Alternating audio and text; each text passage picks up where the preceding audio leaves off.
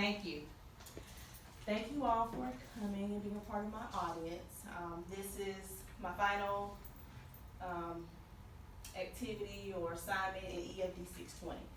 As most of you all know, I am trying to obtain my EBS, so this is one of the classes and one of the assignments. The assignment was to take one of the topics from our book and present it. And I chose measuring learning outcomes because right now we're talking about essential standards, right? So when we talk about writing the essential standard, you can tell me if you disagree, but I would think that the essential standard should be written like an instructional objective. What do y'all think? Did y'all talk about that at all? Like, did y'all have any criteria when you wrote your essential standards, or was it just picking out a standard? We picked out standards and then we had to rewrite them in student-friendly terms. Okay, so not necessarily making sure that it fit the definition of an objective. Right. Okay, so this is something that we do need to think about. And I didn't know what directions you all were given. We know we want to write it in student-friendly terms, but there are also some other things about the standard or the objective, which is the same thing, that we need to make sure that we cover in those objectives. So hopefully we will walk away with something that we can learn and take to the other departments, because this is something that we have to look at. If it's a standard, it's an objective, there are some different components of the objective that we need. So you have handouts, please feel free to write on those and look through those as we move on.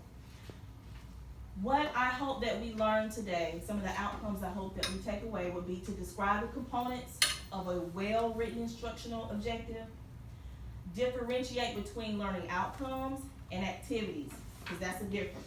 So sometimes when we go into teachers' classrooms, we see activities, but what's the outcome? Is the outcome stated in the objective?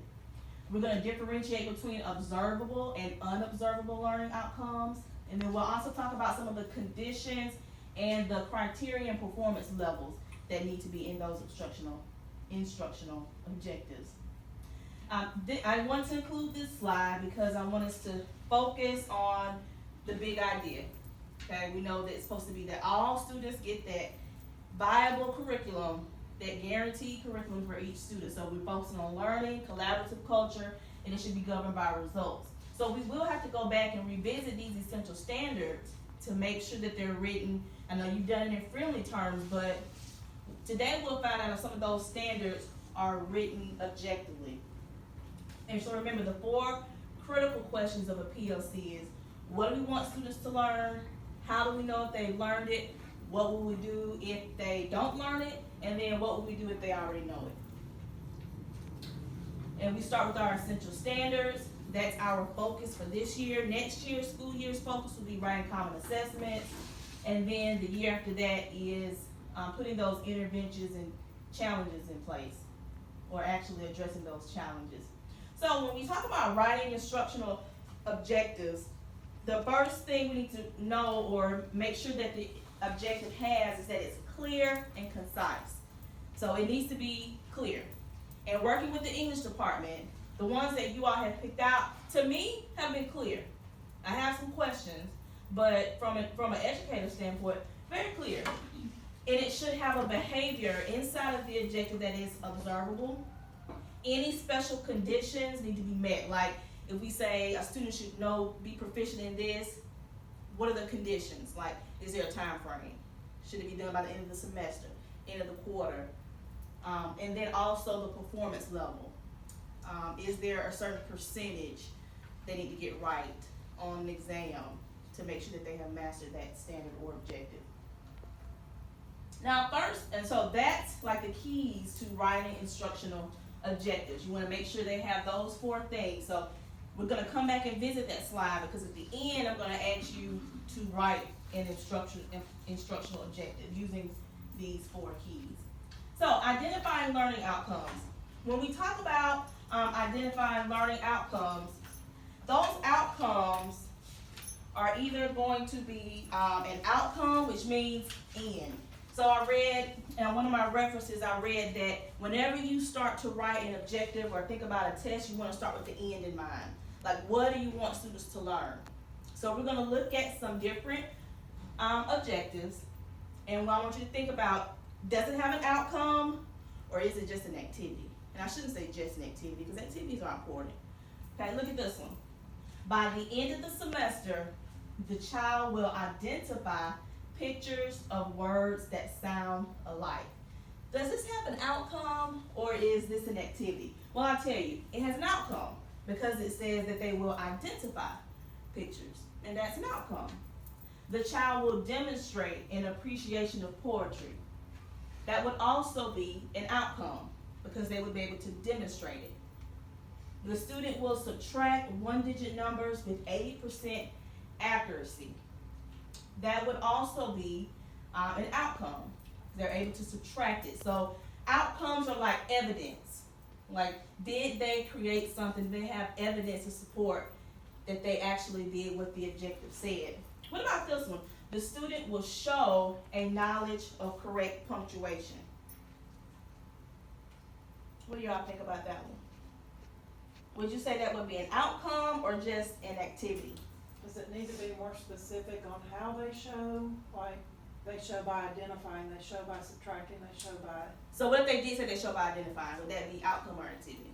if it says show by identifying, then outcome. Right, right, and I agree. So show would be outcome. What about the student will practice the multiplication tables? That's an activity, right? Because they practice it. Is that an outcome? Right. And then the student will sing the Star Spangled Banner. Outcome or activity? That's an activity. You all know that's an activity. Okay. So what we're going to do is we're going to go to our clickers. And we're going to do exactly the same thing. I'm going to give you an objective. And I want you to tell me whether it is an outcome or an activity.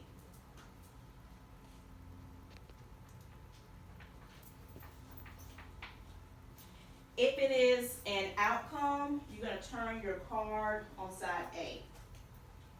If it is an activity, that will be B, as in boy. Okay?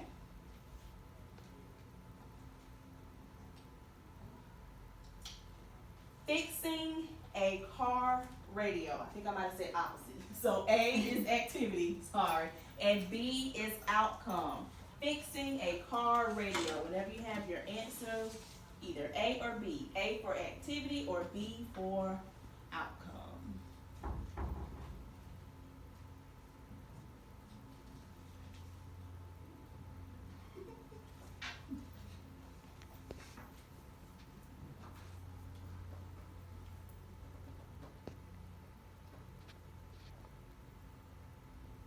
Number 2. Reciting the 4 components of a good essay. A, activity, or B, outcome. Reciting the 4 components of a good essay.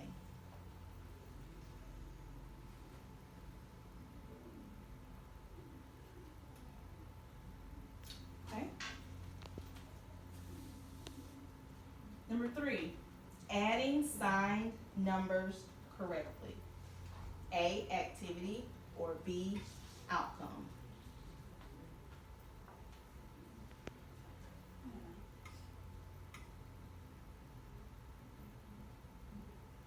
Okay. And there are 5 of these. Number 4, practicing the violin. A, activity, or B, outcome.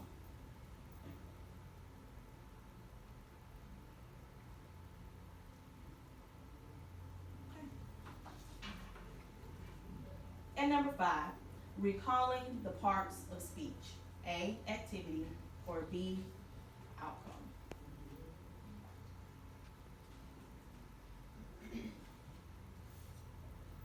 Oh, I'm sorry, I didn't need Oh, you got me.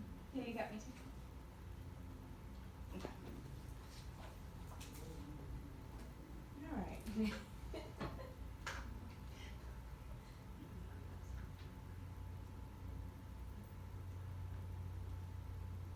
So now it's supposed to be an answer. So we'll go through that verbally.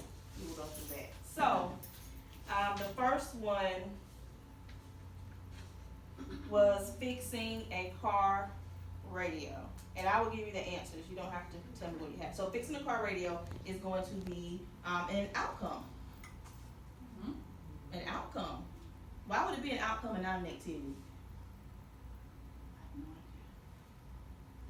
would know how to fix a car radio? It's fixing a car radio. Fixing it. Well, Because if it has if your objective is, can you fix a car radio, then fixing it would be an outcome. Mhm. But if your objective is knowing how wire, I don't know what. Yeah, I think radio, I think I missed that one because I thought of it as like, what was the purpose of that? And I Right. didn't know what but you don't the, know what the objective. like, I or didn't what know, is the standard objective to was like that fix we're the testing. carburetor, you know? Mhm. Yeah, So I got confused. It would be an outcome because there was an end. Actually fixing it. So do you have evidence? Yes. Because it's Okay. fixed. So I look at it as is there evidence there?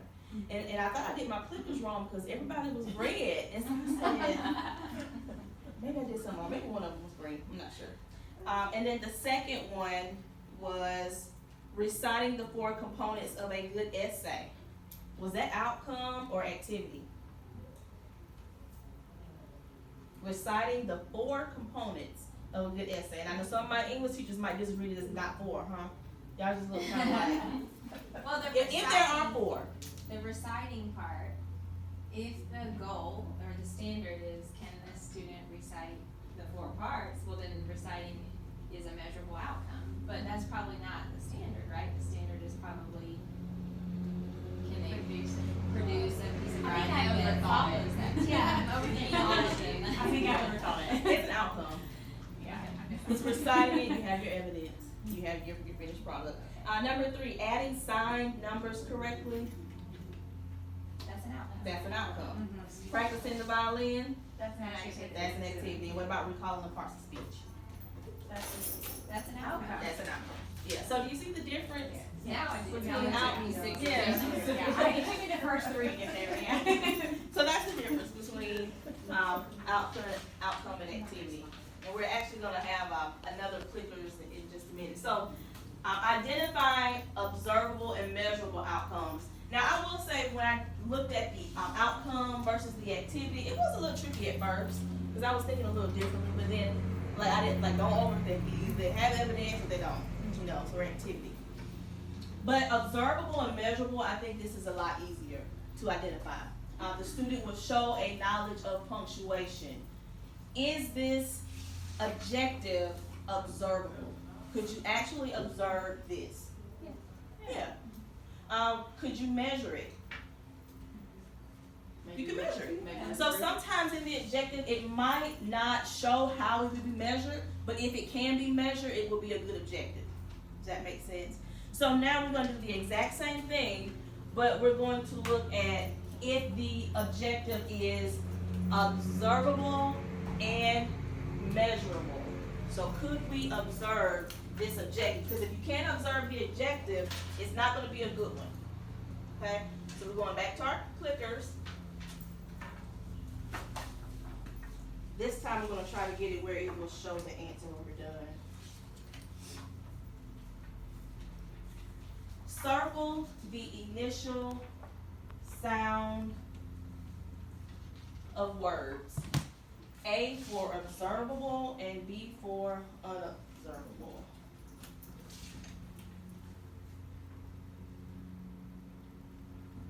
Good. So what's the answer to that one? Right. You can observe that. Very good. Number 2, be familiar with the law. Observable or unobservable.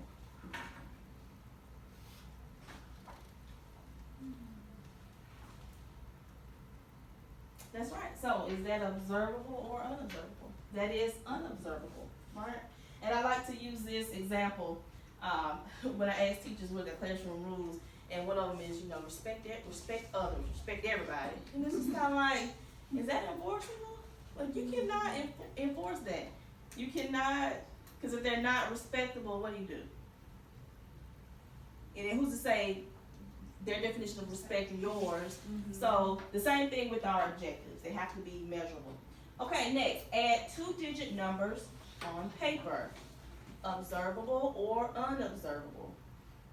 Yes, of course, that is observable. Number 4, understand the process of osmosis. And this was a real objective that I have seen somewhere. Observable, unobservable. Okay? That's going to be unobservable. How? I mean, just the way that it's written is what I keep having to tell myself. The way that it's written right now, that's Right. not observable. Could we create objectives for our students that would help them? Yes, but the way it's written there, Okay. it's not observable. And finally, change the spark plugs on an engine, observable or unobservable. Yes, we are on the same page, that is observable. Good, good. We're done with the clickers, and we can talk more about clickers if anyone would like to later, but I love using clickers. As long as your phone works, you're good to go. I like it because you're the only one that needs the electronic device with clickers. So we talked about if it's an outcome or activity, if it's measurable, observable, unobservable. We're gonna have learned a lot about objectives. Now, conditions, state conditions. So an instructional objective describes any special conditions in which the learning will take place. So an example of conditions would be given a calculator, multiply 2-digit numbers, or given a number chart, be able to add these things together. So that's what a condition is. So I want you to find a partner, turn and face your partner, and no one will hear these conversations but you all. I'm not going to ask you to say them aloud to me. I'm going to give you 3 conditions, and in your partnership, talk about what could go in the blank. So what would you put in the blank to make it a good instructional objective in reference to stating the condition? Okay, so talk with your partner, and you'll say, given blank, change the oil and filter. Given blank, identify the correct temperature.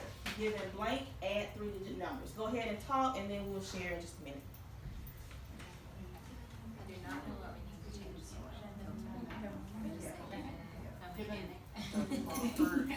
Right, the appropriate tools. Yeah.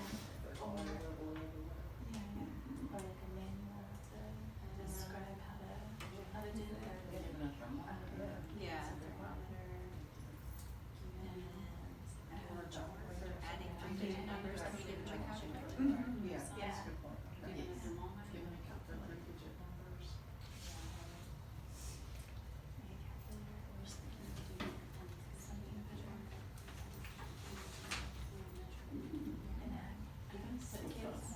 What is it?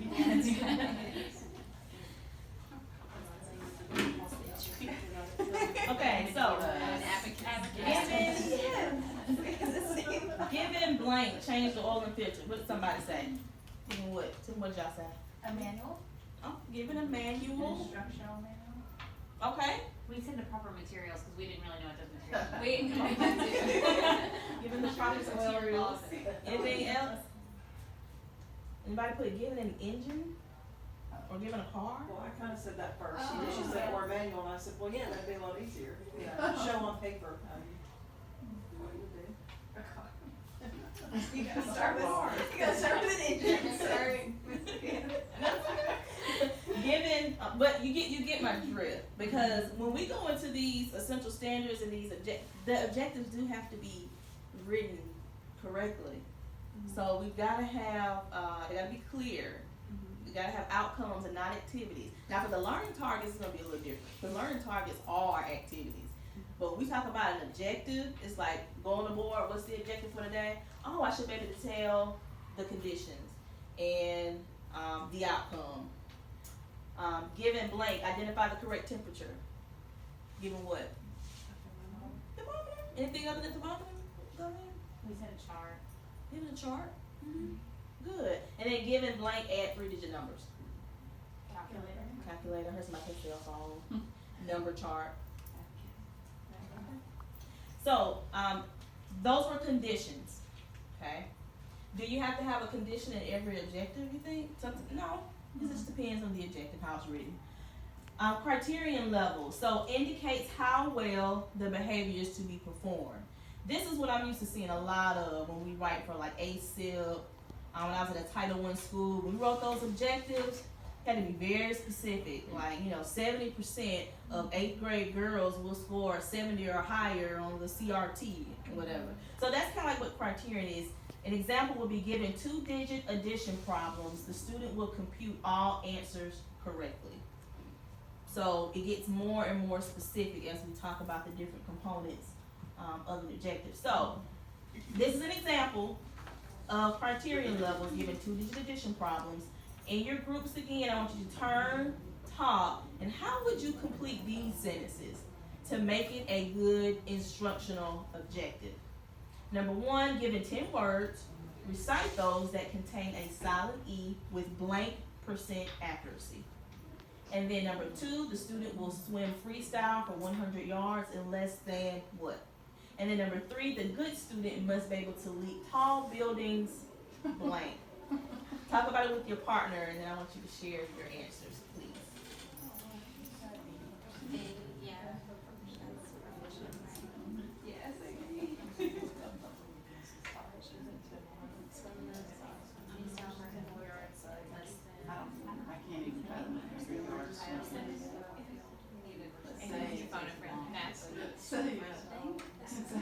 Yeah. Yes,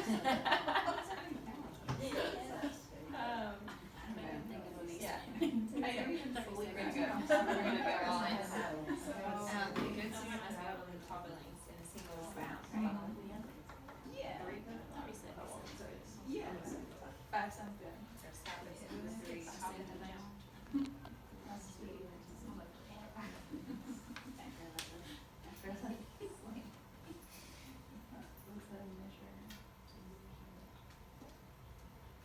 Okay, most everyone's done, so we'll move on.